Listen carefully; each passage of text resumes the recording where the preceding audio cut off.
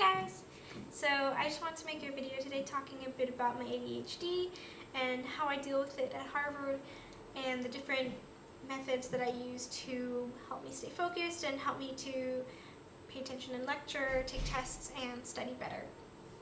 So the things I'm going to talk about today are things that I've personally learned through therapy, through reading about ADHD, talking to other people with ADHD, and just my own experience and trial and error. So obviously this advice isn't going to work for everybody. ADHD exists on a wide spectrum, but hopefully some of these methods and some of the advice I give will help some of you. So first I'm just going to start by, if I'm looking down, I just have some notes to make sure I stay on track. But I'm just going to start by giving some general advice and then go into specifics about lecture, taking tests, and studying. So my general advice is always make lists where you can find them. For me, I find lists are essential. I'm always making lists and repeating like my to-dos in my head, that it takes up so much mental space that I find that writing things down and putting it somewhere where I can constantly see it is very helpful to me. I like to put lists on sticky notes or on my iPhone notepad and constantly check them in the morning and throughout the day.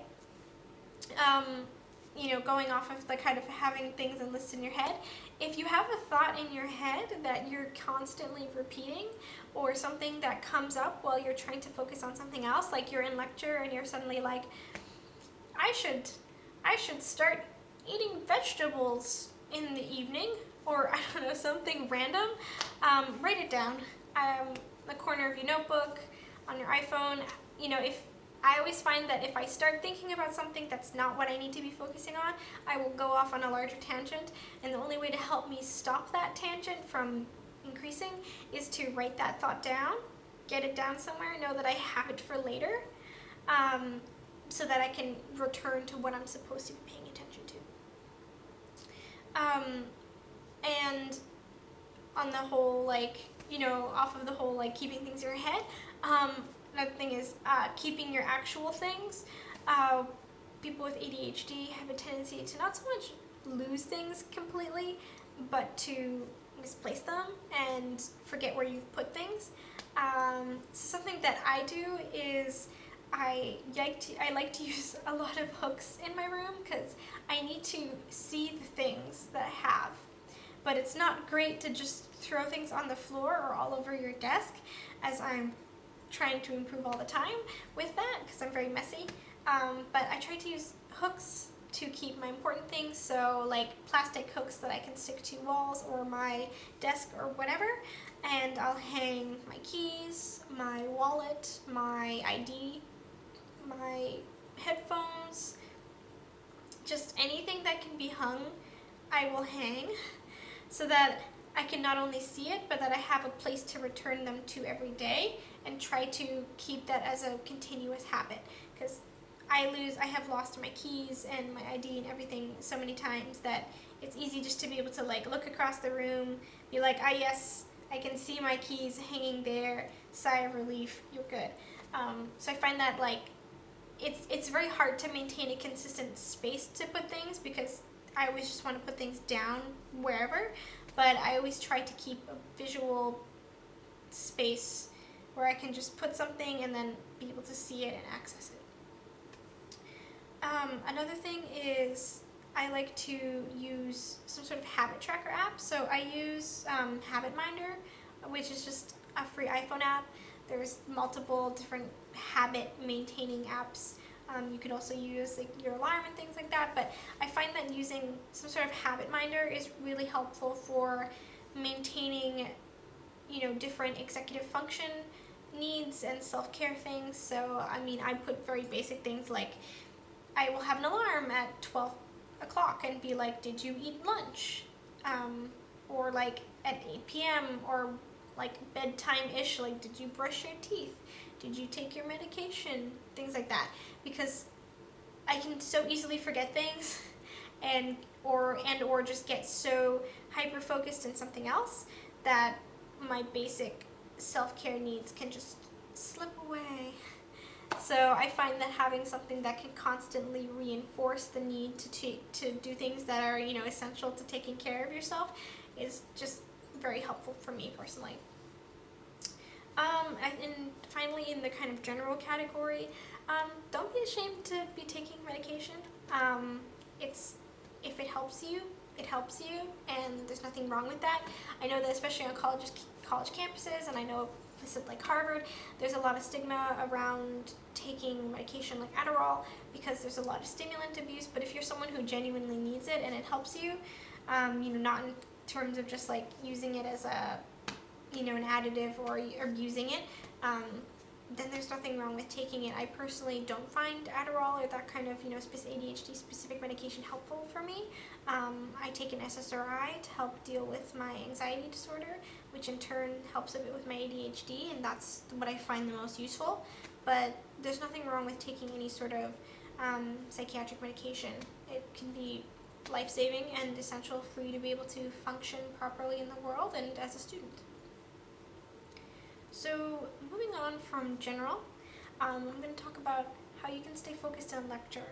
So one thing that I do all the time, like pretty much every lecture, is I will picture the words that the professor is saying in my head.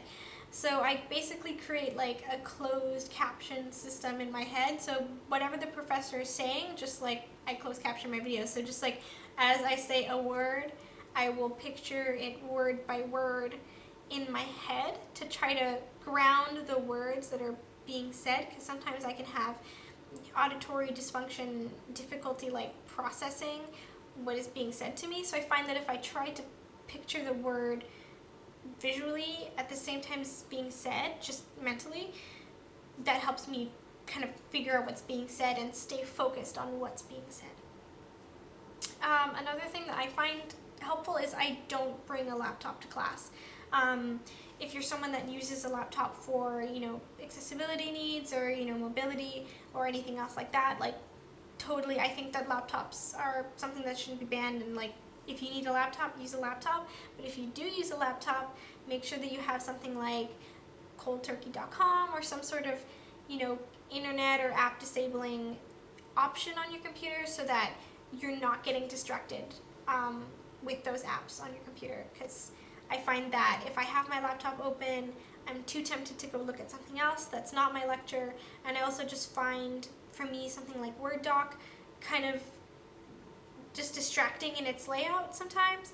So I find that for me, what's most useful is just, you know, writing simple notes on a physical notepad with a pen and paper, and, you know, absorbing most of the information just through auditory learning, because that's what is useful for me. But you know, do what's best for you. Another option is, if it's allowed at your school, is recording classes on your iPhone, and your like voice memos is really helpful too, just to be able to re-listen to something in case you got distracted and missed parts of the lecture, and then you can rehear it and then copy it out into notes on your laptop or on pen and paper. And other than that, I would say the other thing that really helps me pay attention in lecture is just having some sort of fiddling tool. I actually have like a fiddle cube, which is, as it says, is just a little cube which has many different things which you can play with your hands and fiddle with, as the name suggests. So I mean, I've used, but it doesn't have to be fiddle cube. I've used Play-Doh. I've used, you know, twirling my pens. I've personally never used a fidget spinner, but hey, if a fidget spinner works for you, it works for you.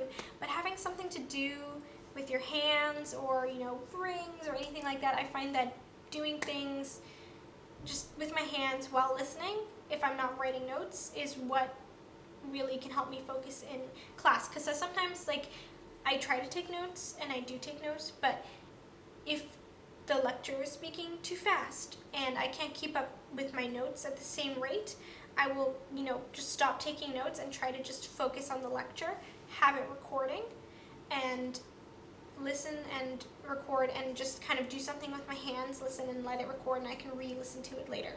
And that's what I can do to just stay in the moment, try to stay focused, and try to process what's being said to me at that time. So outside of classes, when you're studying or working, what I try to do is, number one, listen to music. Uh, every single other, advice in terms of like studying and a bunch of studies will tell you that listening to music is bad for your concentration. It probably is, but I find that if I'm not listening to music as basically white noise, that I'm so super focused on every other noise around me, like people tapping their pens, people turning pages. I get so distracted by smaller outside noises, even in the quietest of spaces, that if I'm not like in, absolute total silence, like I'm in a vacuum, which doesn't happen, I need to kind of have some sort of white noise to drown it all out. You know, generally like classical music or some sort of just soundtrack, instrumental music really helps. I actually find that listening to video game music is really useful.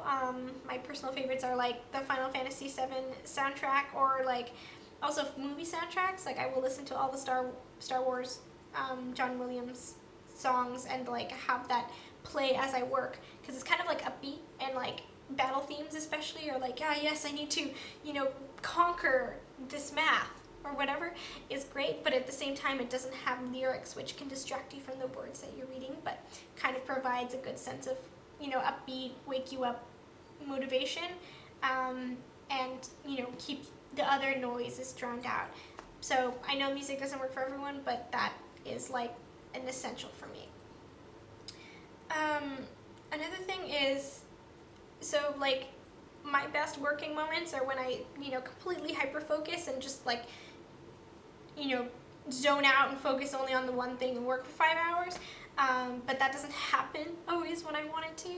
So what I tend to do is I'm trying to remember what it's called. I remember now. I do like the Pomodoro technique, which my academic counselor at Harvard told me about, which is basically just a fancy word of saying you do like, 15 to 20 minute working sessions and then have a 5-minute break.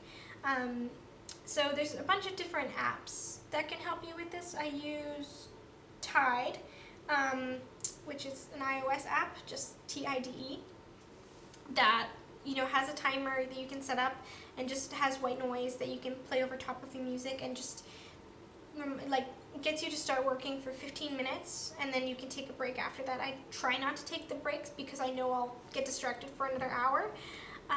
But what it helps me do is like you set it for 15 minutes and you try to set a goal. Like I try to say like, I'm gonna write one paragraph in 15 minutes, and then try to do it. And then if I don't succeed it, I just like keep going. Like for me, having a challenge and a goal and having like a short amount of time to work in is much more helpful than saying like I need to write this essay in a week. I need to give myself like a short set of time to work in. And along with that, I also like to give myself arbitrary due dates. So like if a paper is due December 3rd, I will tell myself it needs to be due by like November 30th, because I procrastinate to the last second and I work better under pressure. So if I know that something is due at a later date, I will try to, like, with all my might, convince myself that it's due earlier, so, or at least act like it's due earlier, so that, like, in my calendar and everything, that I need to get that paper in earlier, so that if I do procrastinate, I actually end up having time to, like, stay up all night, binge write it, and then have time to look it over later. That's what helps me. If I set up kind of like a schedule which is in itself has like short, intensive time frames, but in actuality still has a lot of flexible room for me, it's very useful. So like I'm giving myself the freedom to procrastinate, but in a way that actually helps me and makes sure I get something done before the due date, and then have time to look it over. This doesn't always work, and sometimes you just end up with so many things that you're not going to be able to do like an arbitrary due date, but I find that trying to set things up and trying to finish things way earlier than when they're due and pretending that that's the due date is what helps me because then I still do my weird procrastination, work up to the last minute spiel, but actually have time to kind of do good work and look it over and fix it after the fact. And then my last advice for working and studying is embrace the fact that you probably work out of order. I have never in my entire life written a paper starting at the beginning and finishing at the end. I will write like, I almost never start at the intro. I will like write the middle paragraph, go back, write a sentence in the second paragraph, go write a paragraph in the conclusion, or write a sentence in the conclusion. Like, I will work all over the place as my focus shifts and as my interest is piqued. So, if I'm really into looking up all the numbers on, for example, for sterilization in Canada or something, I will go and do all that section, look it all up, write that whole section, even if it's, totally not in the correct order, and then if the flow is awkward, I'll fix it later. Like, I will just write it out of order, write what comes to me at the moment, and then look up facts that are currently on what's interesting me, and then piece it back together like a puzzle in the end, and then, fill in any blanks. I find that that's the only way that I can work, and the only way that I can kind of stay on task is if I constantly try to make it interesting for me and try to make it so that I'm not forced to look at one subject for too long, especially if I'm not like hyper focused on that one thing, that I have kind of like, I'm allowing myself to constantly get distracted but still do work by just moving around an essay or moving around an assignment. Like, I'll do whichever question is easiest or whichever question I find the most intriguing at that moment, and then work back and forth and around the paper. I'll do this on tests, I'll do this on assignments, I'll do this on projects, on anything. Just work in whatever order speaks to you and however you're focusing. And don't feel bad about that. There's no right way to finish something, and if that helps you, power to you.